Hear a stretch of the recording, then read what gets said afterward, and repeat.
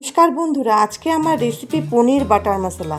প্রথমে সাদা তেল গরম করে দিয়ে দিলাম এলাচ, লবঙ্গ, কেটে রাখা পেঁয়াজ কুচি, 2-3টে কাঁচা লঙ্কা, দেব আদা রসুন বাটা, তারপর দিয়ে দেব কেটে রাখা টমেটো, কাজু বাদাম, অল্প হলুদের গুঁড়ো, কাশ্মীরি লঙ্কার গুঁড়ো।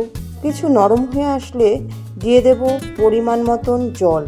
টমেটো সেদ্ধ হয়ে আসলে নামিয়ে ভালো করে পেস্ট করে ছেঁকে নেব।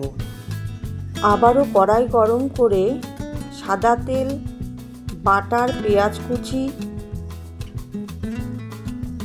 হালকা ভেজে নিয়ে দিতে হবে পরিমাণ মতো টমেটো কুচি, লঙ্কার গুঁড়ো, ধনে গুঁড়ো।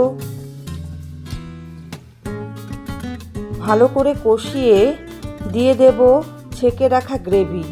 সব কিছু মিশিয়ে দিয়ে দেব পনির, পরিমাণ মতন লবণ, কাসুরি মেথি, বাটার, শেষে ফ্রেশ ক্রিম দিয়ে নামিয়ে নেব।